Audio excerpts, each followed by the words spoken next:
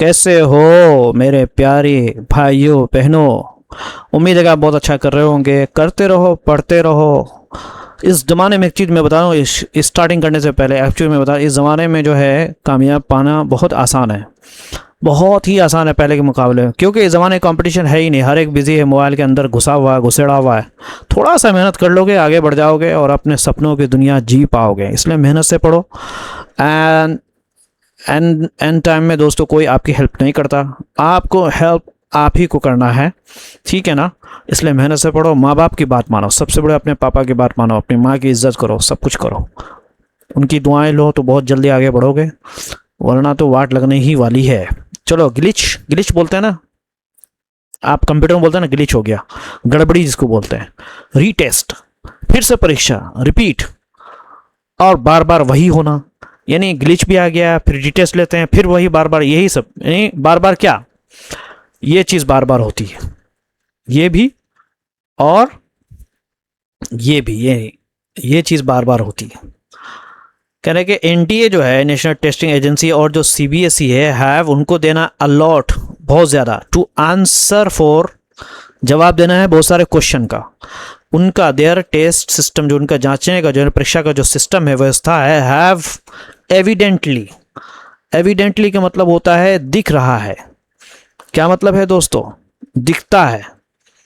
क्या है? फेल हो गया, नाकाम हुआ है, जिसने खतरे में, रिस्किंग इंडिया के यंगस्टर्स के, इंडियन नौजवान बच्चों के भविष्य को खतरे में डालते हुए। समझ में आ रहा? यानी किसी के भविष्य को खतरे में डालना, रिस्किंग बोलते हैं समवंस फ्यूचर। तो यहां पर उनकी परीक्षा व्यवस्था साफ तौर पर असफल हो गई है।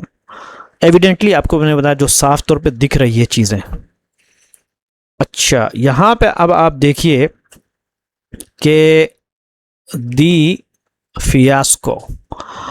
अच्छा, फियास्को का मतलब बड़ी असफलता है ना। फियास्को का मतलब क्या है? बुरी तरह नाकाम जो घटना ऑफ क्यूट यूजी। अब दोस्तों आई एम सॉरी, मैं पता नहीं क्या है ये, अंडर ग्रेजुएट का कुछ खास एग्जाम है ये, 2026 का यूनिवर्सिटी एंट्रेंस एग्ज़ाम। अच्छा, शायद यूनिवर्सिटी का जो एडमिशन होता है दोस्तों, इन यूनिवर्सिटी में आप किसी यूनिवर्सिटी में दाखिला लेना चाहते हैं, उससे पर जो एग्ज़ाम होता है उसको शायद क्यूट यूजी बोलते हैं। कह रहे कि एज वो है येट, अब भी, अनदर, एक और, अलार्मिंग, तंबीह करने वाला या चेतावनी देने वाला, डेमोस्ट्रेशन, एक एक्शन, एक अमल, एक काम, ऑफ एनटीए और सीबीएसई का, सीबीएसई स्टनिंग, स्टनिंग चौंकाने वाला, इंस्टीट्यूशनल, व्यवस्था वाली कमजोरी।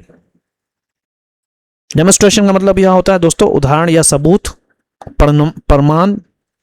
डेमोस्ट्रेशन यानी प्रमाण, उदाहरण के तौर पे कोई एक्शन हुआ हो, सबूत के तौर पे, ठीक है, तो इसको भी डेमोस्ट्रेशन बोलते हैं। अब आगे पढ़ते हैं कि लेट्स, चलिए हम काउंट द वेज, शुमार करें।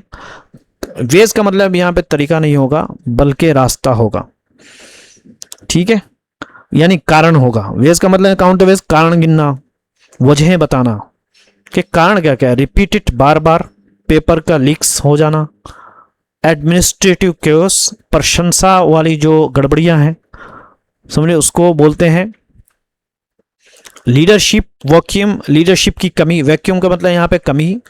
एनटीए में टेक्निकल और टेक्नोलॉजी वाली जो गड़बड़ियाँ, ग्लिचेस, एम्बैरेसिंग, शर्मिंदा करने वाली जो कोशिशें हैं, अटेम्प्ट्स एट, किस चीज़ पर, कवर अप्स, ढकने का, लेपापोती करने का। पुअर कम्युनिकेशन, कम बातचीत, यानी सीधे साफ सुथरी बातचीत नहीं।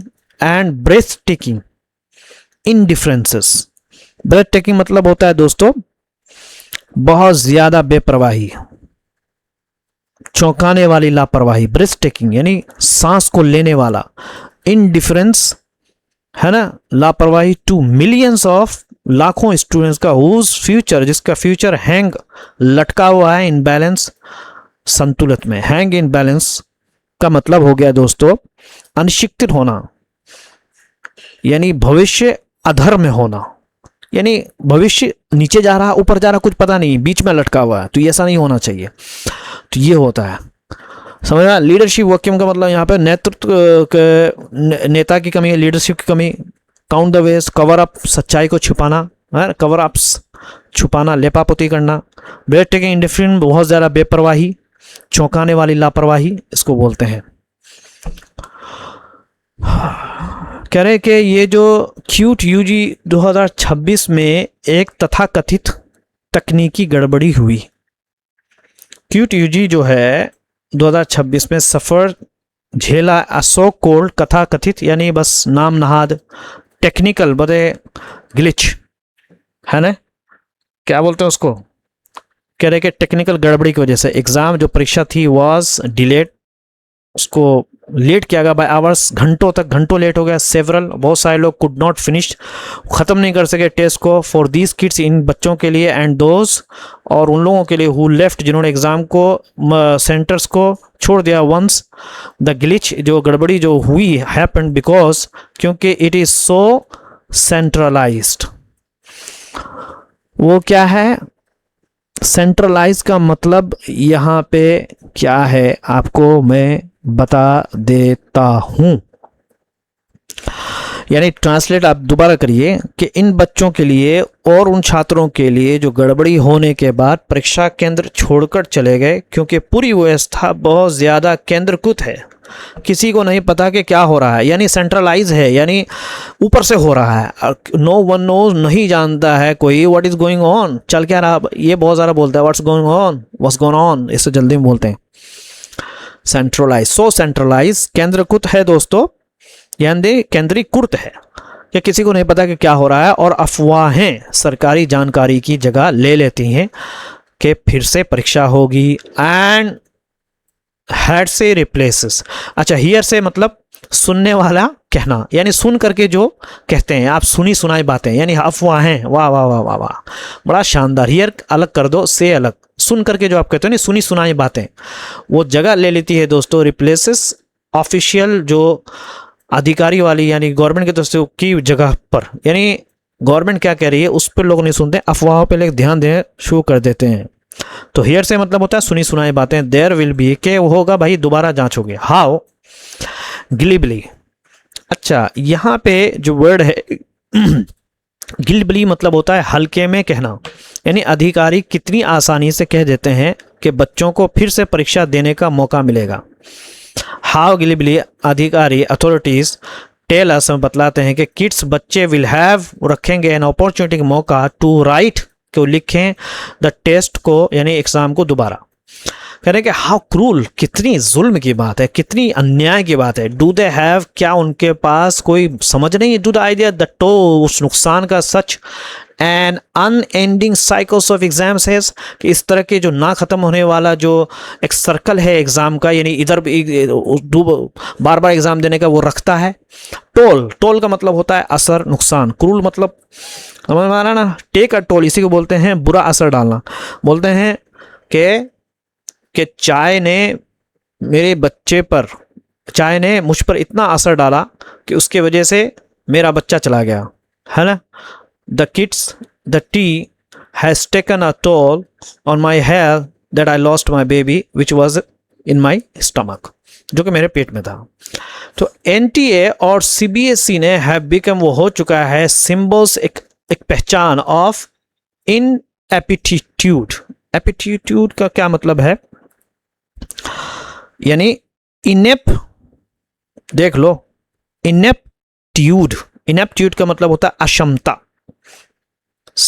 अलामत बन चुका निशान अक्षमता का, यानी जिसके अंदर कोई काबिलियत नहीं। इन दियर रश, उनके जल्दी जल्दी जो कारण है, टू सेंट्रलाइज, वो केंद्र द्वारा कर ले, एंड गो डिजिटल, और वो क्या है डिजिटल फील्ड में, डिजिटल मैदान में घुस जाए, यानी अयोग्यता के प्रतीक बन गए। एनटीए और सीबीएसई जल्दी जल्दी सब कुछ केंद्रीकृत और डिजिटल बनाने की कोशिश में अयोग्यता के प्रतीक बन गए हैं। समझ में आ रहा। ड्राइव का मतलब यहाँ पे क्या था, जल्दी जल्दी की कोशिश, भागना। टू सेंट्रलाइज, केंद्रीकृत करने के लिए, यानी केंद्रीकृत करने के लिए, और डिजिटल बनाने की जो कोशिशों के लिए अयोग्यता, यानी नाअहली का या नालायक का, नालायक होने का सिंबल बन चुका है। इंस्टेड ऑफ, बजाय इसके कि ट्रांजिशन के बदलाव हो टू डिजिटाइज, कि डिजिटल की तरफ बदलाव हो डिजिटाइज फॉर्मेट्स में, ओनली उसके बाद के आफ्टर इन्वेस्टमेंट आर कंप्लीट, जबकि तमाम के तमाम इन्वेस्टमेंट वो मुकम्मल हो जाए। इन्वेस्टमेंट पैसे वाला नहीं होता है, मतलब जो भी चीज़ें देखभाल या जांच पड़ताल सब मुकम्मल हो जाए तब उसको लाया जाए। कह रहे कि अच्छा, ड्राइव टू सेंट्रलाइज का अब केंद्र क्या है, केंद्रीकरण की कोशिश, ड्राइव टू सेंट्रलाइज से बनाना, यानी निवेश पूरा होने, सिस्टम सुरक्षित और पूरी तरह भरोसेमंद बनने और आपातकालीन टीमों के तैयार होने के बाद डिजिटल व्यवस्था अपनाने के बजाय एनटीए और सीबीएसई हर बड़ी नाकामी के बाद नुकसान कम करने की कोशिश में भागदौड़ करते हैं।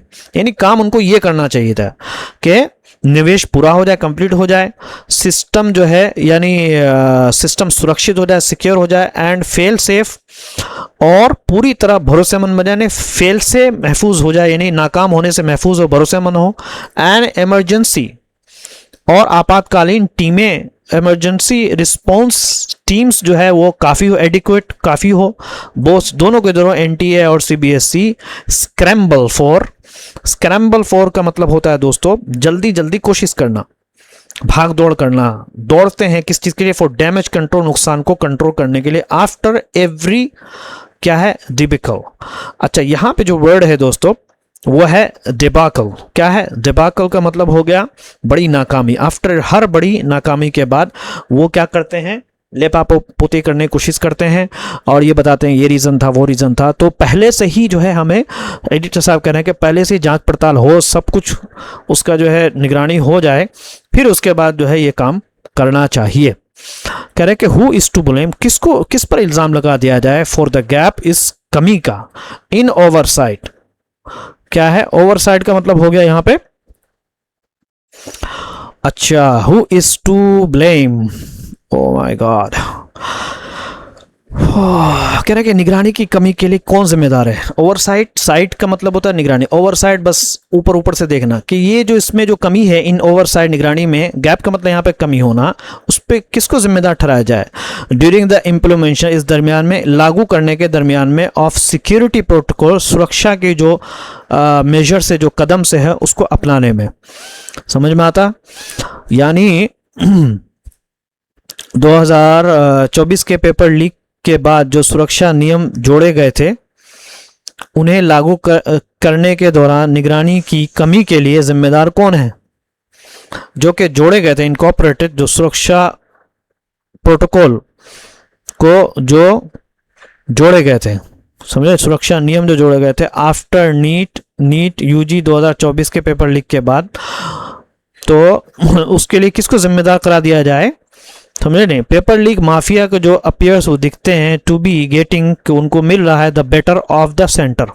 अच्छा, यहाँ पे गेट द बेटर ऑफ मतलब होता है किसी पर हावी हो जाना, जीत जाना या दबाव बना लेना, कि यहाँ पर जो ऐसा लगता है कि पेपर लीक करने वाले गिरोह सरकार पर भारी पड़ रहे हैं। सरकार पर कैसे भारी पड़ सकते हैं भाई, समझ में नहीं आता है। Are getting, to be getting, के वो द बेटर ऑफ, ये getting the better, get the better बोले मैं उस कंपनी पर भारी पड़ रहा हूँ, I am getting the better of that company. ठीक है, तो सरकार पर भारी पड़े, वाई, क्यों भाई। डिड सीबीएसई का जो बदलाव है, क्या सीबीएसई का बदलाव टू ऑन स्क्रीन यानी स्क्रीन पर निशान लगाने का, बिफोर इट्स, इससे पहले कि उसको स्कैनिंग करे, इंफ्रास्ट्रक्चर को वाज इन प्लेस, उस जगह में था, यानी उसको लागू कर दिया था। यानी सीबीएसई ने अपनी स्कैनिंग व्यवस्था पूरी तरह तैयार होने से पहले स्क्रीन पर जांच करने की व्यवस्था क्यों शुरू कर दी, वाई। सवाल ये है क्यों शुरू किया, वाई डिड सीबीएसई ने बदलाव के ऑन स्क्रीन मार्किंग के लिए बगैर इसके के पहले स्कैन करे इंफ्रास्ट्रक्चर को, वाज इन प्लेस, क्यों था वो जगह पर, यानी क्यों उसको शुरू किया गया ना, यहां से होगा, ये जगह पे क्यों था, इसको क्यों शुरू किया, इनएक्सक्यूजेबल, ये बिल्कुल नाकाबिले माफी की बात, यानी बर्दाश्त करने वाली बात, ये बिल्कुल बर्दाश्त नहीं किया जाएगा। इट शोज, ये दिखाता है, इट शोज क्या दिखाता है दोस्तों, क्या जुगाड़ अप्रोच, बस काम चलाने वाला एक पहुंच है, कटिंग कॉर्नर्स, क्या है, कोने की चीजों को काटते हुए बीच की चीजों गुणवत्ता से समझौता करने के लिए जो करके जो शॉर्टकट अपनाना है उसके बोलते कटिंग कॉर्नर्स, यानी आसान रास्ता चुनना। कटिंग कॉर्नर्स, आसान रास्ता चुनना, ये है इस शोज के जुगाड़ अप्रोच हो, समझ रहे हैं? यानी ये जुगाड़ वाली सोच दिखाता है जिसमें काम को सही तरीके से करने के बजाय शॉर्टकट अपनाए जाते हैं, ये कहना चाह रहे हैं।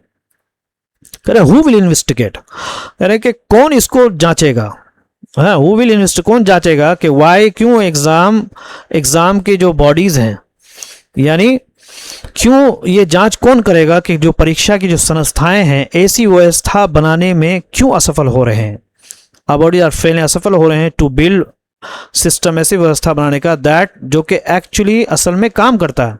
कहने के एज ईच वल्नरेबिलिटीज इस प्रूफ, जब हर कमजोरी की जांच की जा रही है, एज ईच वल्नरेबिलिटी यानी कमजोरी की इस प्रूफ जांच की जा रही है, ये जो द सोल्यूशन जो हल है शुड नॉट बी, होना चाहिए को सीधा साधा नहीं होना चाहिए, should not simply shuffle the bureaucrats, क्या आप जो अधिकारी हैं उनको इधर से उधर ट्रांसफर कर दीजिए, ये इसका सोल्यूशन नहीं है। शफल द ब्यूरोक्रेट्स मतलब अधिकारियों का अदला बदली करना है ना, इसको बोलते इधर से उधर बदल देना। दिस इज नॉट ऑपरेशनल, कहने के ये केवल कामकाज या व्यवस्था की समस्या नहीं है बल्कि नीति और डिजाइन की असफलता है। दिस इज, ये है नहीं एन ऑपरेशनल, ऑपरेशनल का मतलब होता है कामकाज या लॉजिस्टिक नाइटमेयर, या व्यवस्था वाली गड़बड़ी है ना। नाइटमेयर मतलब बहुत क्या है, डरावनी स्थिति, बट लेकिन एक नीति है एंड अ डिजाइन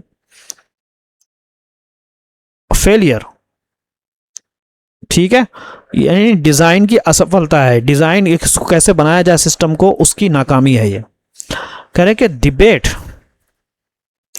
जो बहस पहले प्रतिभा को मापने के सबसे अच्छे तरीके पर होती थी, वो अब उस आयोग व्यवस्था के इर्द गिर्द घूम रही है जो बच्चों की भविष्य को नियंत्रण करती है और योग्यता को धीरे धीरे नुकसान पहुंचा रही है। The debate that once and centre, जिसने फोकस किया था ऑन द बेस्ट मेजर, कि किस तरीके से कौन सा खास कदम अपनाया जाए ऑफ मेरिट का, यानी चुनने का कि कौन से कैसे हम अच्छे बच्चे को चुने ना हो, अब वो घूम रही है, रिवॉल्व्स घूम रही है अराउंड, किसके अराउंड दोस्तों, इनकॉम्पिटेंसी। इनकॉम्पिटेंसी का मतलब क्या होता है दोस्तों, कि प्रतिभा, यानी बहस पहले प्रतिभा के मापने की सबसे अच्छे तरीके पर होती थी, अब वो उस अयोग्य ऑफ द सिस्टम के इनकॉम्पिटेंसी, कॉम्पिटेंस यानी जब आप मुकाबले के लिए तैयार हों, इनकॉम्पिटेंसी जब आप क्षमता ना हो, तो सिस्टम की अयोग्यता पर अब बहस हो रही है। दैट फनल्स, जिसने फनल्स चिल्ड्रंस फ्यूचर, फनल्स का मतलब ये होता है बच्चों के भविष्य को दिशा तय करना, जो कि दिशा तय करता था, दिशा को तय करना चिल्ड्रन के बच्चों के भविष्य का, एंड इज कॉरेडिंग मेरिट, और कॉरेडिंग मेरिट, और मेरिट को क्या कर रहा है दोस्तों, यानी योग्यता को धीरे धीरे कमजोर कर रहा है। तो कॉरेडिंग का मतलब होता है नुकसान पहुंचाना, नुकसान पहुंचा रहा है मेरिट को। इन मेरिट के बेस पे अब क्या होगा, अब लीक वीक पेपर करके कौन मेरिट, किधर का मेरिट, जिसके पास पेपर आ गया लीक, बस वही आगे बढ़ता आ रहा है, और जो बेचारे मेहनत कर रहे हैं उनकी वाट लग रही है। कह रहे कि दोस्त वो लोग जो इंटरेस्टेड विद दीज रिस्पॉन्सिबिलिटी, जिनके ऊपर इन जिम्मेदारियों का बोझ दिया गया है, यानी जिन पर इन जिम्मेदारियों से पर भरोसा किया गया, मस्ट अंडरस्टैंड, को जरूर समझना चाहिए कि स्टूडेंट्स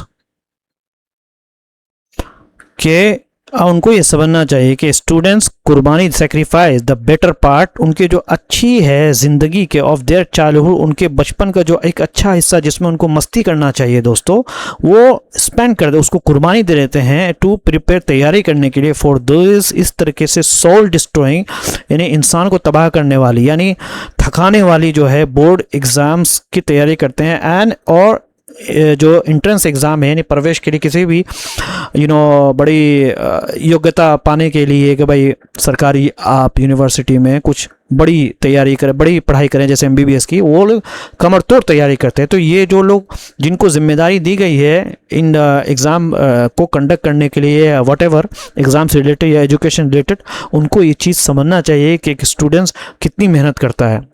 कुछ जो चालाक बच्चे हैं 17 और 19 ईयर के हैव एक्सपोज, उन्होंने बेनकाब किया, उजागर किया है सेवरल, बहुत सारी कमजोरियां, वोलेबिलिटीज दैट जो कि सीबीएसई ने कंसीडर माना है वर्ड सिस्टम के, सिस्टम की गलतियां थी। फ्लॉज का मतलब यहाँ पे सिस्टम की गलती। येट फिर भी दीज यंगस्टर, ये नौजवान, आर देमसेल्फ, पूरे के पूरे खुद ब खुद हॉस्टेज, वो क्या है, हॉस्टेज बने हुए हैं एंट्रेंस एग्जाम के लिए, जो कि जिसको चलाया जा रन बाय एनटीए और सीबीएसई के जरिए।